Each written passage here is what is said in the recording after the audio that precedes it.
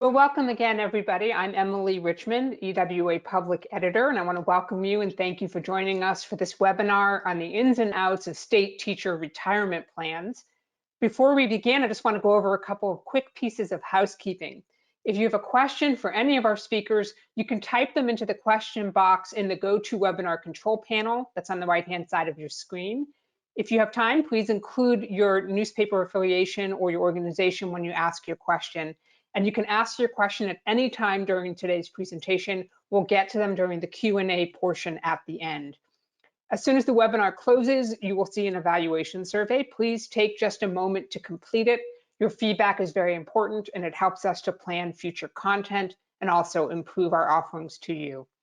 Now it is my pleasure to introduce today's moderator. She is an experienced journalist and definitely knows her way around state teacher pension plans. She is Kaitlin Mulhere of Money Magazine, and she's going to help us lead today's conversation. Kaitlin, I'll turn it over to you. Kaitlin? Yes, hi, I'm sorry, can you guys hear me? We can. Okay, I was just typing to you guys to let you know that, of course, my internet went out right as you were about to hand off to me. So anyway, welcome everyone. Hopefully that was our only time with some spotty internet connection today. But my name is Kaitlin. I am the education editor at money.com. I led the team that covered the Bellwether Education Partners report card on teacher pension plans. I should actually say teacher retirement plans, which includes teacher pension plans. So our team, Money, was really privileged to get a sneak peek and run a couple stories on the report this morning. It was an area that we were interested in for a couple of reasons. Obviously, retirement is a core part of our coverage area at Money. We're a personal finance magazine, now website.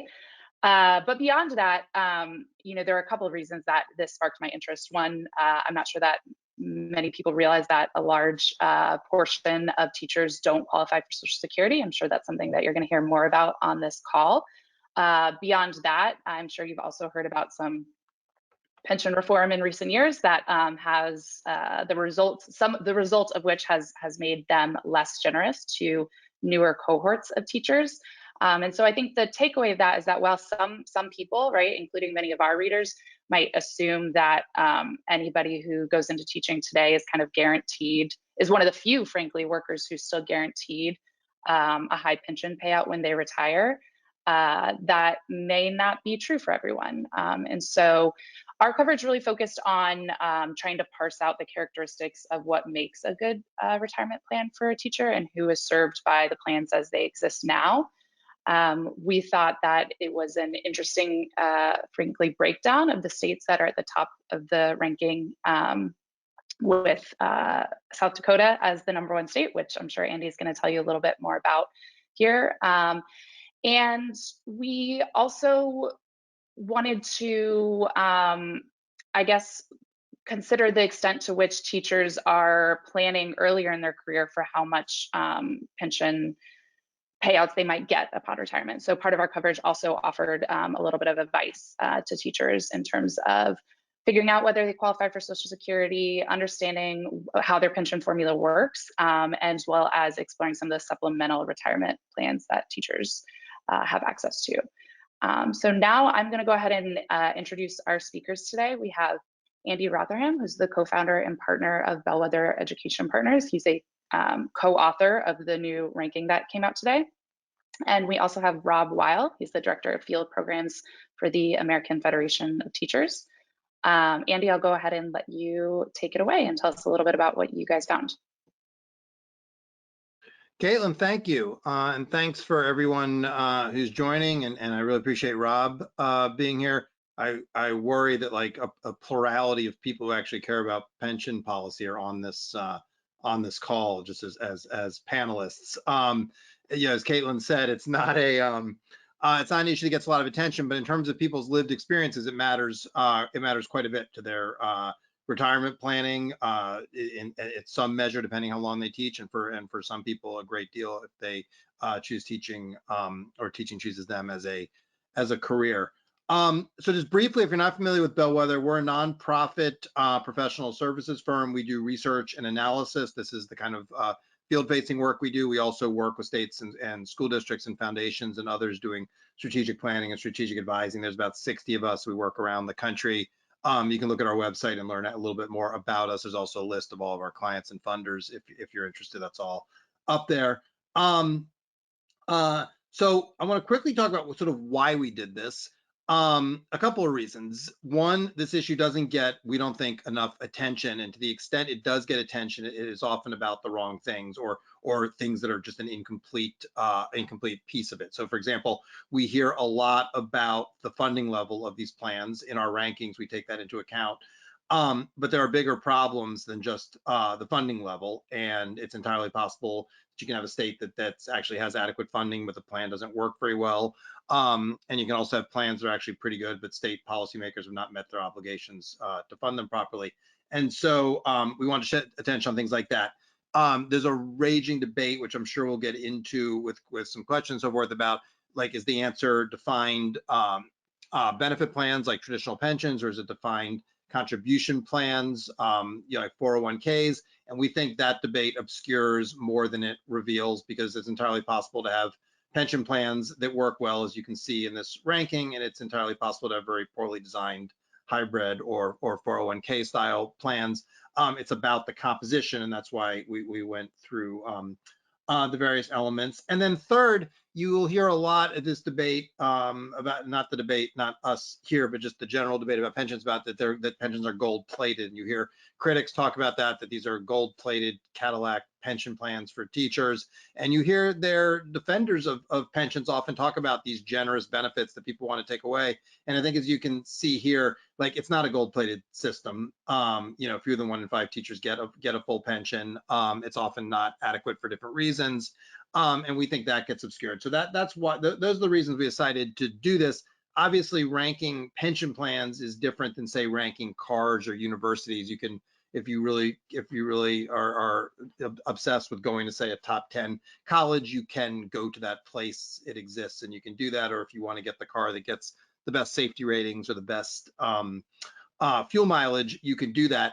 Teachers don't move around the country based on retirement plans. People move because of life circumstances, who their partner or spouse is, or relatives that they need to care for, or a place that they want to live because of the amenities or recreational opportunities it offers, whatever it is. And so we don't expect that people are going to, like, look at this and that there's going to be like an influx of people into South Dakota now. But rather, it allows us to compare different elements, talk about these things, and it allows to figure out what's working, what's not working, and hopefully to inform policymakers. So how we did it, just very briefly, we came up with a method that we felt was like, what are things that actually matter to these plans? What are key things? So, for example, how long it takes to actually earn a pension, what we call vesting, how many years it takes to vest, which ranges and can be up to 10 years. Is the state meeting its obligations? How much do teachers have to contribute? Is it too little, or is it too much, based on assumptions? How does the plan funded relative to actual estimates of the money it's going to need to pay participants? All those kinds of things.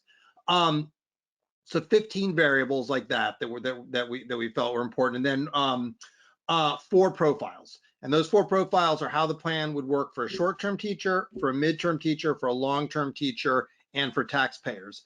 And it's our view that these plans, they need to be equitable for all these populations. It's entirely possible to have a plan that would work phenomenally well for teachers, but is not fair to taxpayers. And it's entirely possible to have a plan that's very efficient for taxpayers, but doesn't give teachers the benefits they deserve, or have other elements. So you want to have all 4 of those. I'll pause quickly because I think short-term teachers is often, I think that may be an issue we'll want to talk about here during the webinar.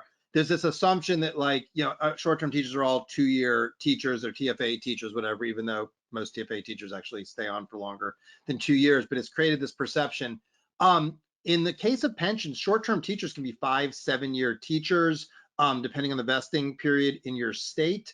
And if you're a teacher who moves around to some different states for whatever reason, and they all have long vesting periods, you can teach for a substantial amount of time. You can teach for 20 years and not actually be vested in any particular plan. I mean, and this is, we talk a lot about investment risk and so forth, but another kind of risk that people experience in their lives is just life risk. Stuff happens to people as they live their lives, and they can end up moving for various reasons. And so I think we tend to think of these short-term teachers as people who tried teaching, didn't like it, and exited. So who cares, and you wouldn't want to engineer a retirement system around 2-year teachers, but that's often not the case. And so those short-term teachers, they're an interesting and they're an important population. And then second, if you do teach for say 3 to 4 years, like you shouldn't get a pension. I mean, nobody's arguing for that, but we also probably shouldn't be setting you back in your efforts to save for your retirement, especially given that we live in a country that's basically decided that people essentially need to, in different ways, self-fund and manage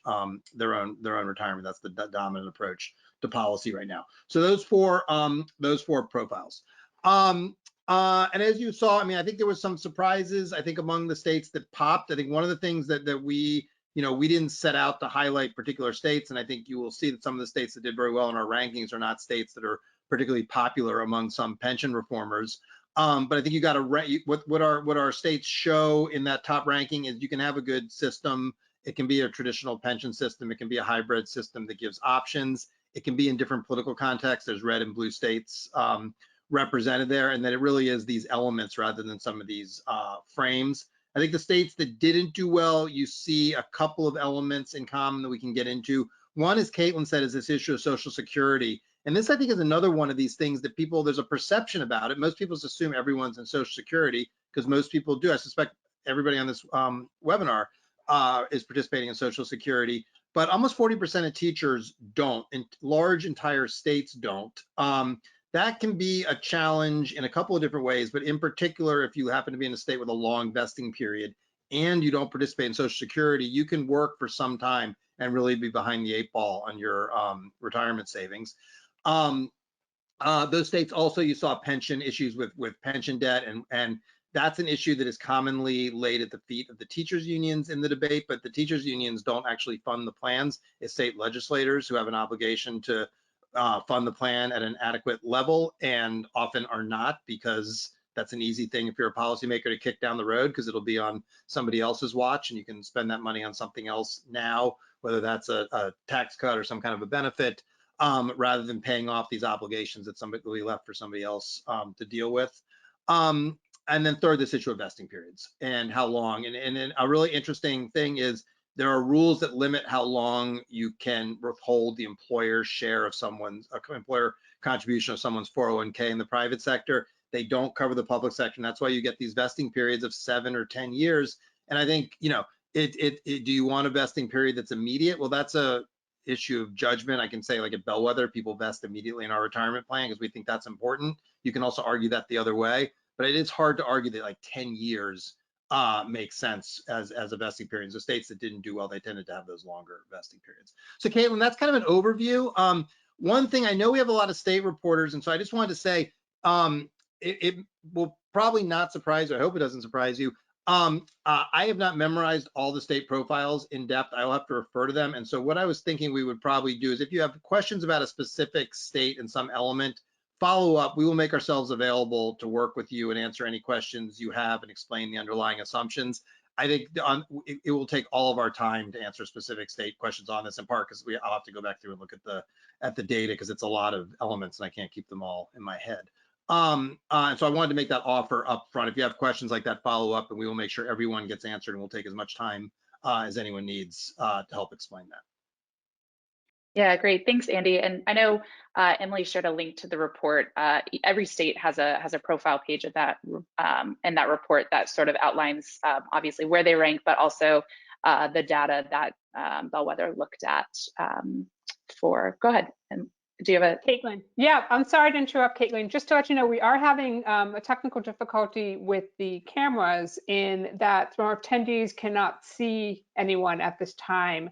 So I just want to let people know we're just going to keep going with the audio, and we will hope we get this resolved and get the chat box issue resolved before we get to the Q&A portion of the program. So we're just going to continue for now with this conversation, and just hold on to your questions. If you are unable to see the chat box, we are trying to resolve this, and we apologize for technical difficulties. Thanks, everybody.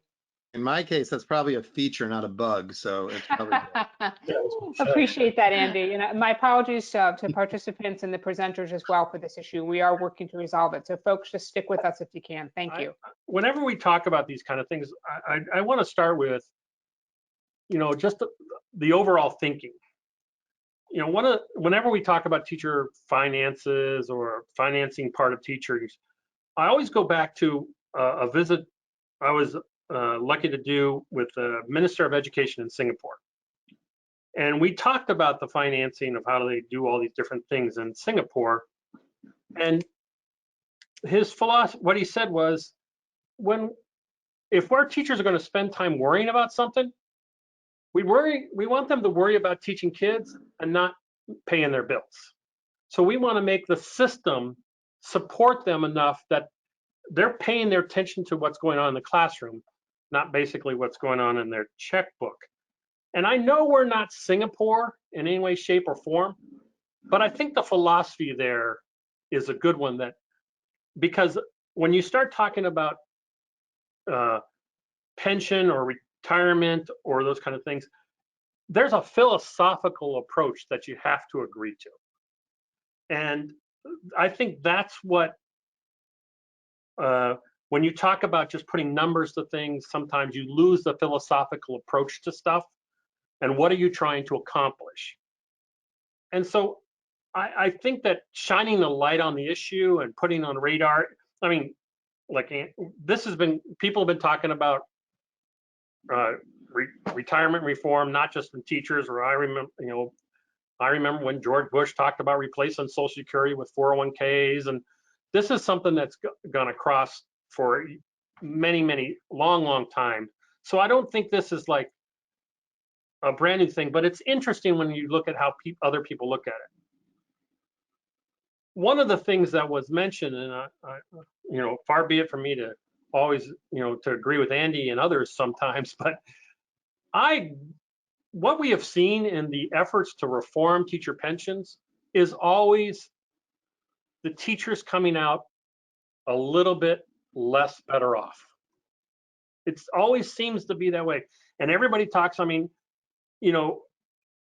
there's always this effort to say we got to have, like the report says, better high quality options for teachers. But every time it seems to happen, teachers end up to have a little less.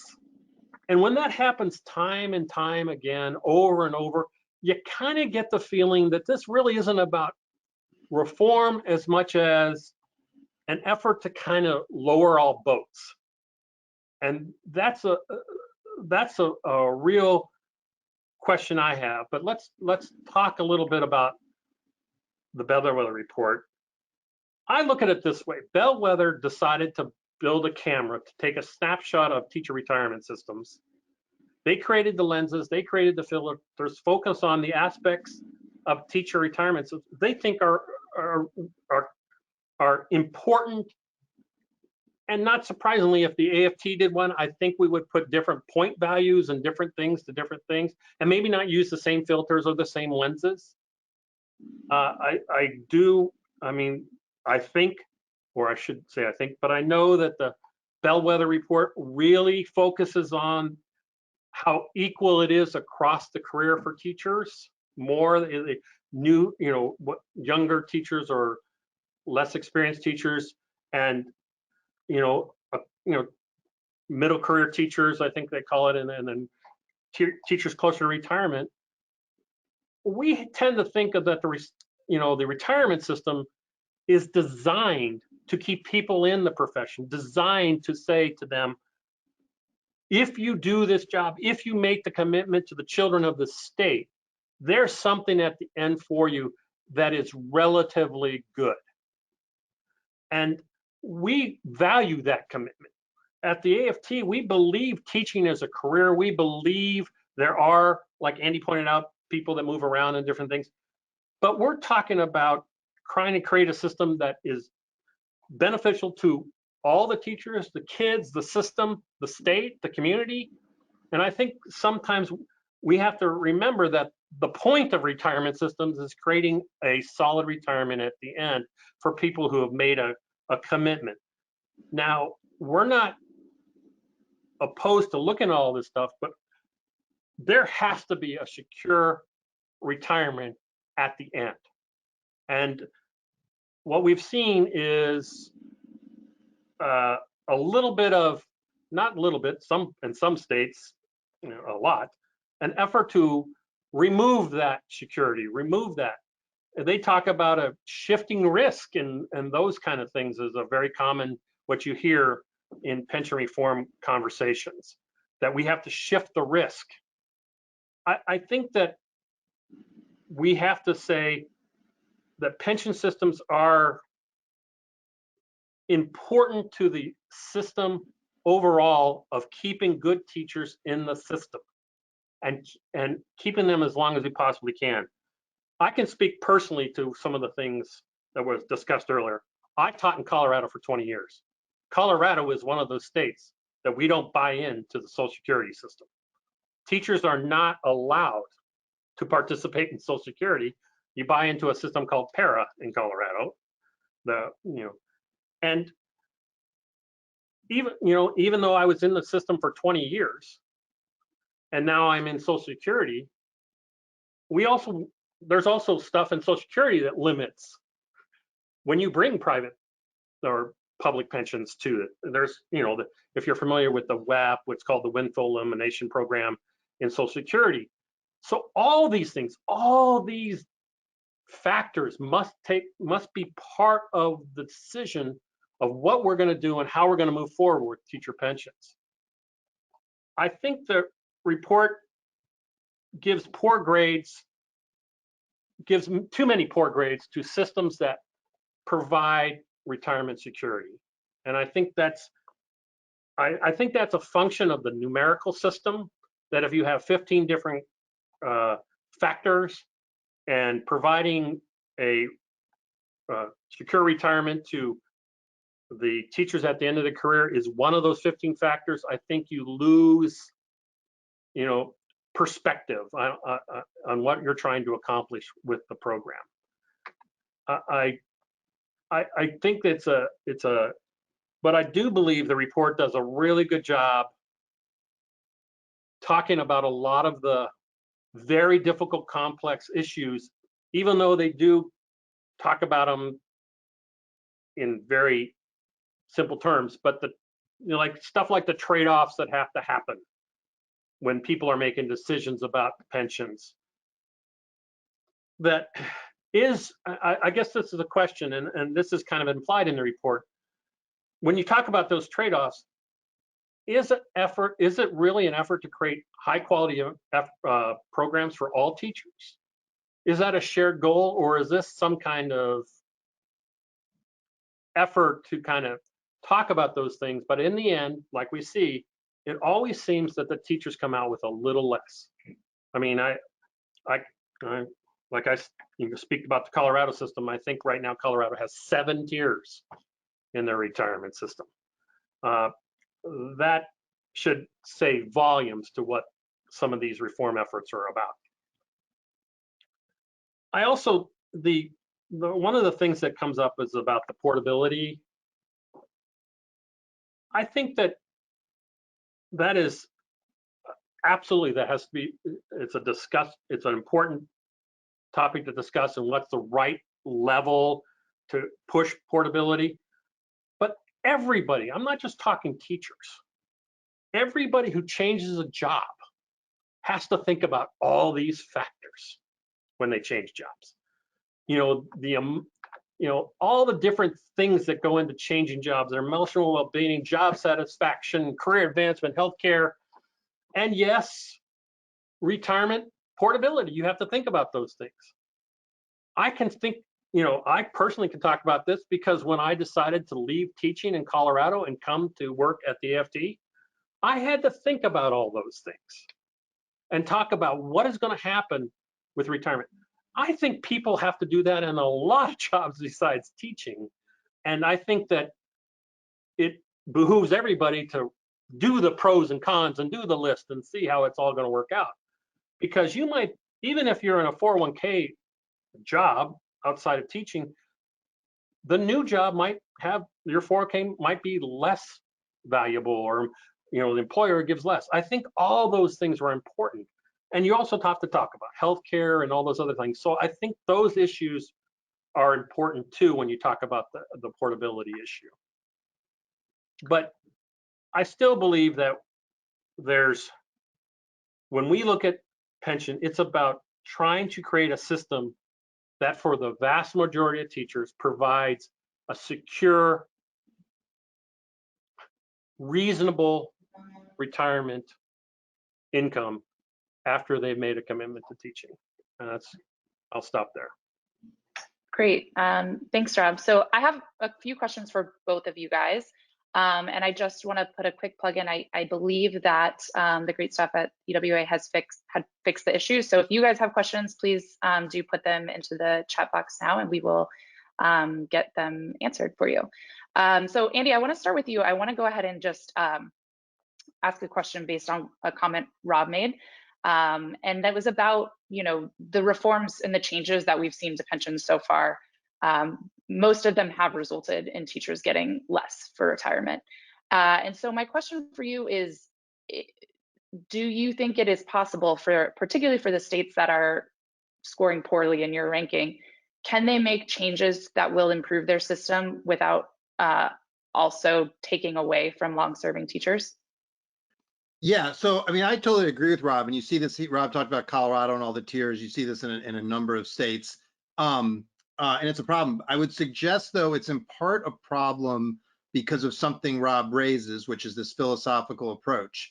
If your philosophical orientation is that you have to have a pension plan, period, that's going to lead you to make a lot of choices to keep that plan that may not actually be good for its participants. And so what is happening right now is new teachers, that's new to the career, it's not just young teachers, new to the career teachers are taking it on the chin to pay for a benefit structure for people who aren't even teaching. And in a lot of states, the amount of money that's being spent on people who aren't even teaching relative to what's being spent on teaching in classrooms is substantial. Like in California, a lot of the California cities, the estimates are it's going to be at least $1 in $4 by the later part of this decade. That's like a structural problem that we have to address. And the way not to address it is to keep chipping away and making a retirement system even worse for newer participants by lowering their benefits, by making it even harder to vest for those benefits in the first place. It's atrocious. And on the sort of uncovered aspects of this, that's a big one, that these plans are getting worse and worse.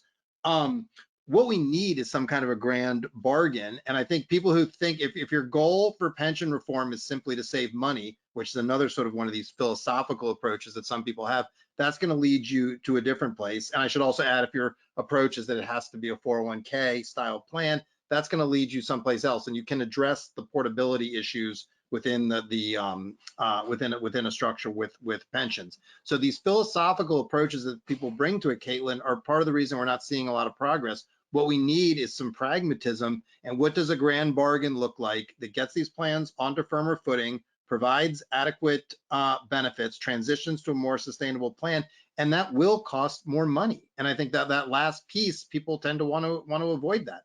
And that's going to require again, both spending and people to sort of come off of the philosophical approach, because look, you can want teaching to be a 30-year career for people, you can hope for that, and you can try to put in place incentives, but that's not the labor market that we have today. That's not what's happening with the future pool of teachers. And so a little bit like, again, on pragmatism, you got to meet people where they are. And so that's where issues like portability and so forth come up. And one thing just on this, I just want to quickly correct, the idea that we treat all teachers equally under these rankings is not correct. And if you look inside, you can see how we score it. We think all teachers should be treated equitably, but what's fair for a 30-year veteran is not going to be the same thing that's fair for a short-term teacher. That's precisely why we have different profiles, and we then weight those profiles because there's things that matter more or less, like participation in Social Security or cost of living adjustments, depending if you're talking about a short-term or a long-term teacher. So we don't treat them equally. We just think all of these teachers should be treated in some way equitably. And that's because there are an awful lot of teachers. That's something we didn't talk about at the beginning. This is not, we're not having a discussion about some arcane thing like, botanists in temperate rainforests or, coastal fishermen. This is a huge population when you talk about teachers and former teachers and people who taught for some period of time. And that's why it's a broader retirement security issue. And Kaitlin, why we are glad that Money Magazine was interested in it, because I think when we think about this only as an education issue, we miss that this is a broad retirement security issue for a lot of people. We're talking about an awful lot of Americans. Right. Okay, great. Rob, I want to go back to something else you said at the beginning of your comments about, if AFT did a ranking or review of retirement plans, that you might have highlighted different things. And I think that raises a really core part of, right, anytime you design a ranking, you have to first design what defines good, what qualifies as good. So can you tell us a little bit about what would be a good teacher retirement plan from your point of view? Well, I think that one of the things that I talked about earlier was the emphasis on retirement security for teachers who make that commitment. One of the things I do want to go back, I'll answer your question. I want to answer one of the things that Andy talked about is the grand bargain and making the grand bargain. I remember when I started teaching, and this was the Ice Age, where they actually stood us in a room. There were 500 of us in a room where somebody from the state of Colorado came in and told us about the grand bargain the state of Colorado was going to give to us. But unfortunately, halfway through that grand bargain, things changed. And it wasn't that the teacher's contribution to the state system changed. It was all the other political things that changed the system. Somebody didn't hold up their end of the bargain. And that's what we're dealing with a little bit now. I think a little bit, I'm not saying all the problems we're facing. I want to be very clear. I'm not saying everything we're facing, but there were decisions made about, we're not going to fund this, or we're not going to put the money into the teacher pension because we want to do X or Y. Now, I'm not necessarily saying all those things were good or bad, but there were decisions made to not really follow up with that grand bargain. And so whenever we hear grand bargain, old people like me remember the grand bargain we supposedly were already in and how that fell apart for some of our colleagues. Now, you asked about what we put in it. I think we would put a lot of emphasis on a system that provides that security in the long term. I do believe we would highly rate states that fulfilled their obligation in funding and not chose other ways or other use. I mean, there are studies, and I'm sure Andy's very familiar with these studies that talk about if a state would have given less to business incentives, they could have fully funded their teacher pension and all these kind of things. But those are trade-offs. Those are give and take trade-offs. I think that we would value people who fulfill that commitment to fund the system, regardless. And when you talk about a defined benefit program versus a defined contribution program, either way, it's going to cost money. Either way, you're going to have to fulfill your obligation. One of the things when you talk about in order for a defined contribution plan to be successful, and I want to be clear that we're a big supporter, the AFT is a big supporter of defined benefit programs, is that defined contributions programs work really well for high income people because they can use the power of compound interest on bigger numbers. It's the old adage, the best way to make money is have money. But a teacher who is starting out with a small paycheck, that money needs to go to a lot of other things. And so if you start taking, if you need to take a higher percentage to pay for things, that's less that they have to do and to live on at home. And that's a very important give and take that you'd have to discuss there. But I think that you'd have to start with a system that would, in the end, provide a secure benefit based on, going forward, and has some adjustments for cost of living over time. I mean, there's a lot of parts in this. There's a lot of moving parts in this. It's not just you have an X amount of money at the end. Also, you have to have the ability to move forward with the increase in the cost of living. The other thing is that Another philosophy we haven't talked about yet on the webinar, and I don't mean to take too much time, is the philosophy of, are we now saying that the kind of the thinking that current workers help current retirees, and the current workers are going to retire, and then the new workers are going to help with their retirees, and we're going to kind of cut that out? Because that's kind of how, you know, many retirement plans work, is because of the inflation of salaries can help offset the natural inflation throughout time. And if we're going to take away that power, it's going to create a lot of shortfalls. I'll just put it that way. Okay. Yeah, And Rob's totally right about the COLA issue, and that's why we include that. I do think the point on wealthy taxpayers is actually interesting, just in the sense of, like, we were talking about Colorado earlier. Colorado is not a Social Security state, and one of the reasons it's not is Colorado, the policymakers there realize it would become a donor state, given that it's a pretty high income state overall. If Colorado participated in Social Security, it would send more money to Washington than it would get back, and that's a disincentive for them to join. However, for all the people Rob's talking about, so for example, teachers who don't make as much money, and they would benefit from being in Social Security and being included in that. And so I think we tend to focus on this as this idea that sort of all these incentives run in one direction. They actually tend to be pretty complicated. It would be good for Colorado's teachers, for Colorado to be in Social Security. Colorado doesn't want to, because overall it's a wealthy state. That choice ends up penalizing Colorado's teachers, and that's something that it would be great to see the unions in Colorado and nationally take on and push to get these states actually enrolled in Social Security.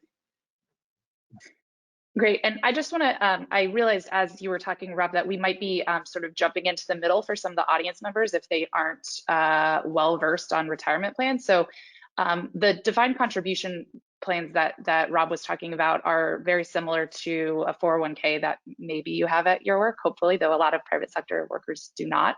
And essentially it's different than a pension, because how much you have to retire is based on your annual contribution and your investment returns. Whereas the pension, how much you get in retirement, is set at a formula, and it's sort of guaranteed for life compared to defined contribution. So those are two different things, obviously, but very important to understand the differences in them to be able to, I think, grasp the full debate.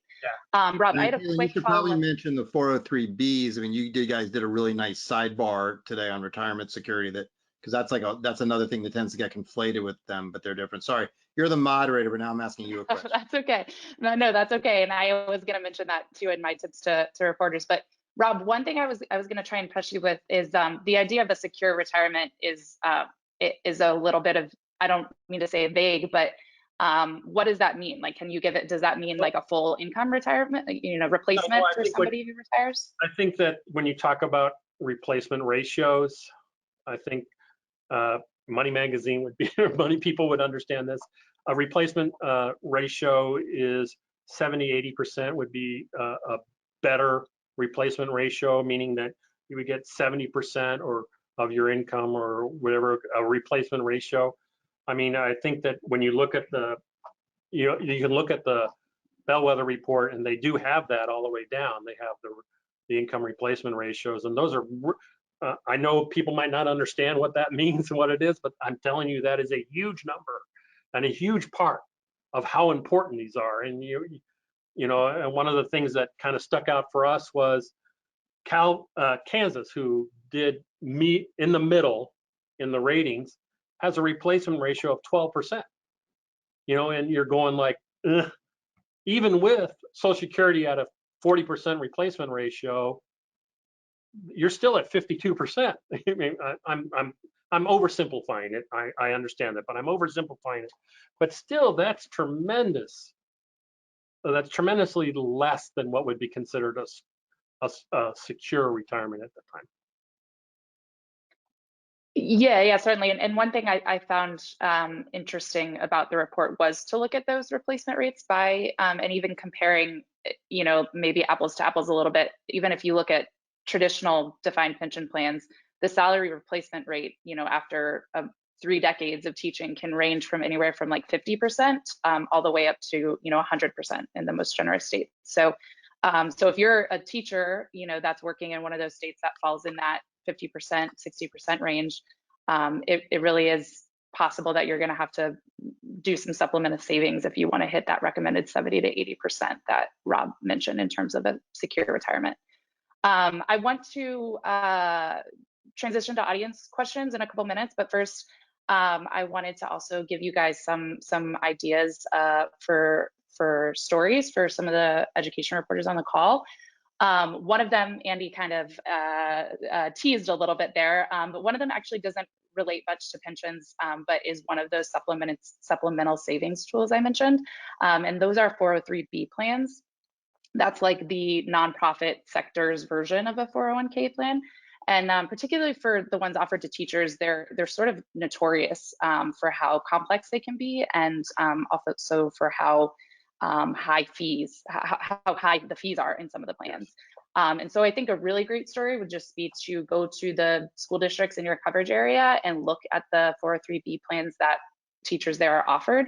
And what I suspect you might find is that there's a wide range, right? So some of them might be really high value, low fee, quality products, and they're going to be presented alongside a expensive, complicated thing that may often there are essentially fees to even get out of these products once you get into them. So if you're a teacher, you sign up for one of these plans, you think it's a good idea, then you realize, oh my gosh, I'm paying a ridiculous fee. You actually have to continue paying fees to even get out of them. So I think that's a really important topic. I would definitely dig into what's being offered at your district or districts in your coverage area.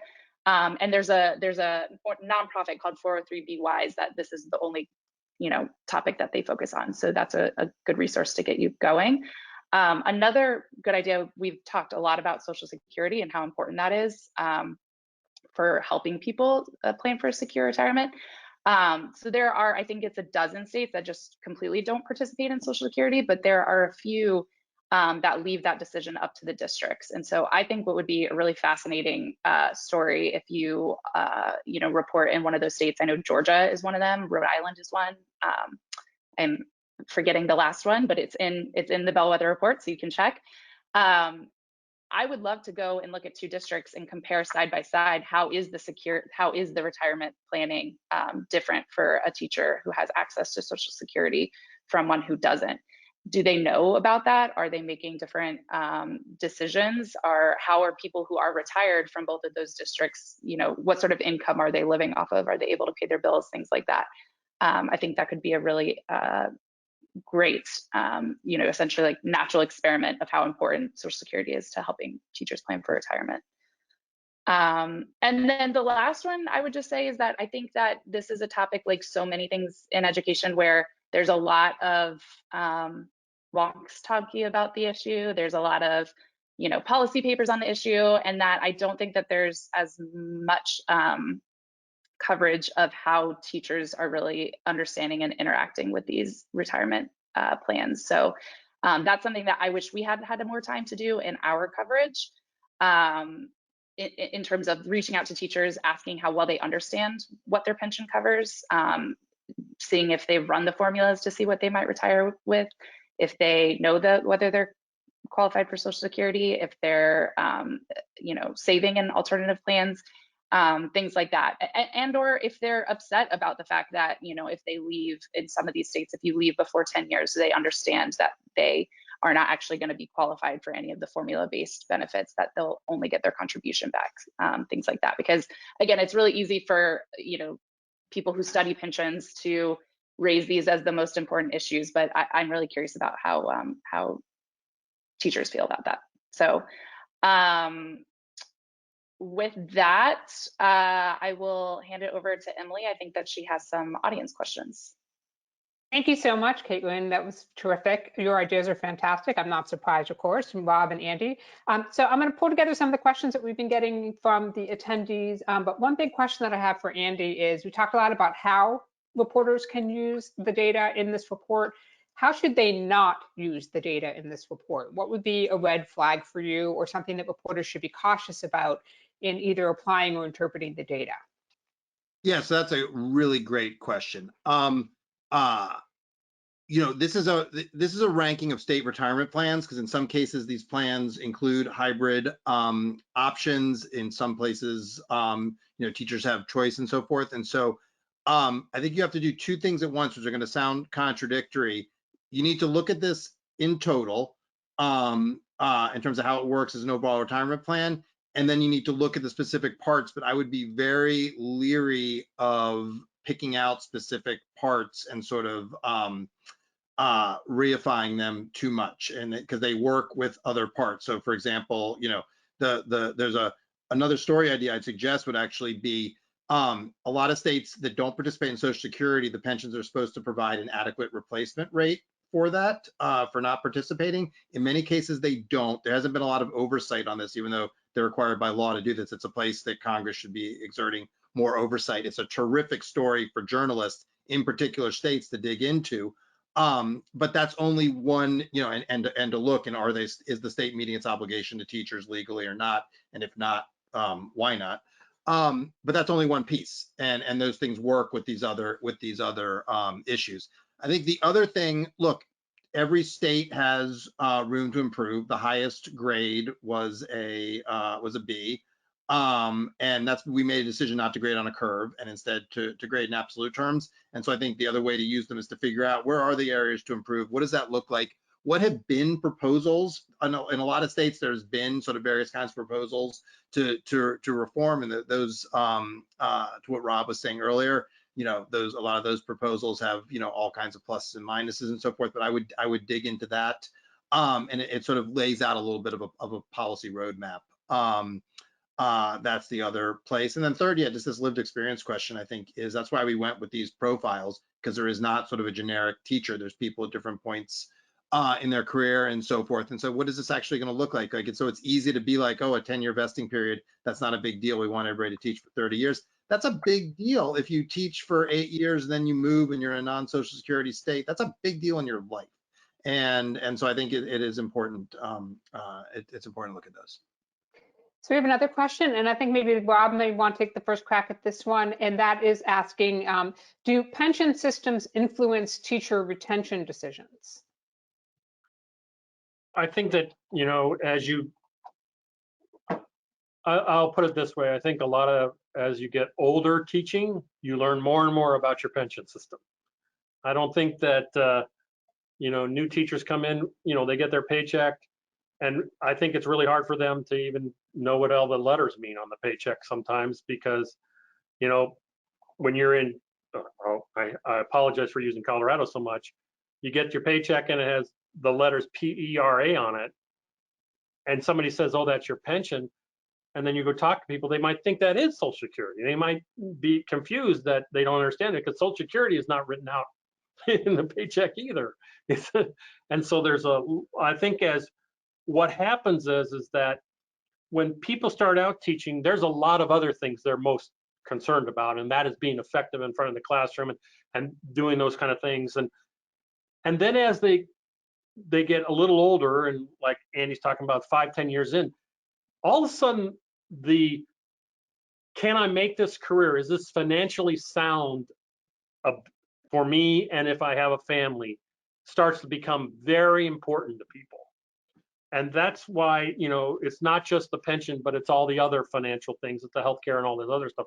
So I don't want to just talk about the retirement thing, because I believe it's a bigger package that over different parts of their career, different things are important.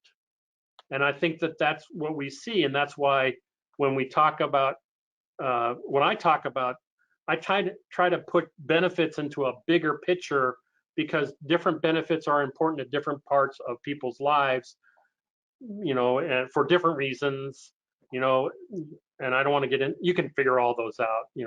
Many of the people in teaching, are female, and a lot of the healthcare issues for them are important as they go through, raising children and stuff like that. But then as you get older, different things become important too. But I believe that being able to tell teachers that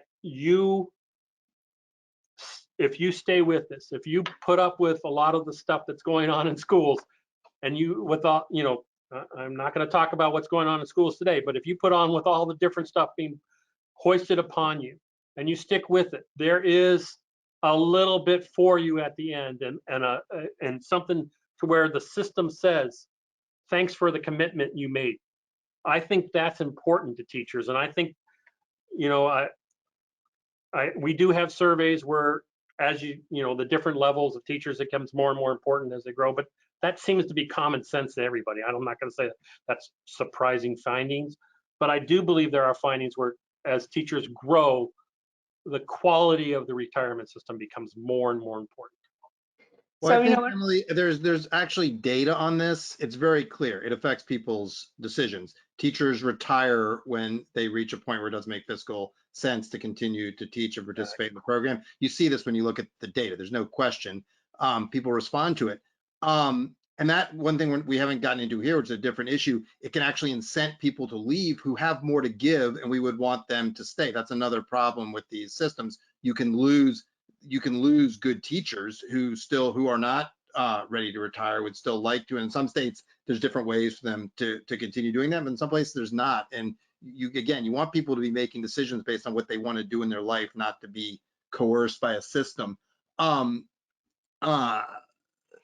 And so that's one piece of this. I had a second one, but honestly, it slipped something else related to that, but it slipped my mind. But the big thing is you see this in the data. People anyway, move on. I'm sorry. no worries. Brain freeze. So, I mean, I worked in a state where teachers did not get Social Security, and one of my favorite profiles was a teacher who worked at a newsstand at the airport, so she could get Social Security. And so for 15 years, she would wave for students off as they went on vacation with their families, you know, and they would recognize her and stop and say hello. So, you know, one story to look at is in those states where teachers supplementing their employment with that direct plan to add an extra cushion there. So, I mean, I think that's probably a good story idea. And I realized what question. I forgot, Emily, was Rob's point was a really important one, that they deserve if you teach for 30 years, you deserve a good retirement. That's the point. That's not what's happening now. You look at the replacement rates. I was actually surprised Rob chose Kansas because they don't actually do very well in our rankings at all. They get basically like a gentleman's D. But the issue that gets back to what we talked about at the top, this idea that this is gold plated. If you teach for 30 years, you get a fat pension. And a lot of places that's not the case. And that is a problem. I completely agree with Rob that teachers deserve that. And under this current system, they're not, a lot of cases, not getting it. And again, it's one of these places where we default to these blunt things like, well, if you teach for 30 years, the pension must be good, but it's often not. Yeah. So, Rob, I'm sorry, Andy, can you just explain a bit more? How would a state get a high grade under the taxpayers section of the index? That's a question from one of our attendees. Okay, so if you guys have it, I'm actually going to open it up so I can go through that in some depth. I don't think we need to share screens, but you go through that. You want to make sure that you're paying for benefits, not just debt costs and things like that. You want to make sure how long it's going to take to pay off the debt. Are you getting good investment returns? We average that over 10 years. You don't want to incentivize either respond to sort of market spikes or incentivize bad behavior. Important thing there, given that the last 10 years have been a little anomalous, states are being compared against each other, not against an absolute standard. Normal cost of benefits, how expensive is it for the state to provide? It can be too inexpensive, which means it's being teachers are having to shoulder it, and that's not a good policy. Or it can be too high, where it's getting shifted to taxpayers. Again, Social Security, and are you participating in Social Security? And then there's something essentially ADEC, which is how much actuaries say you need to contribute to keep your making adequate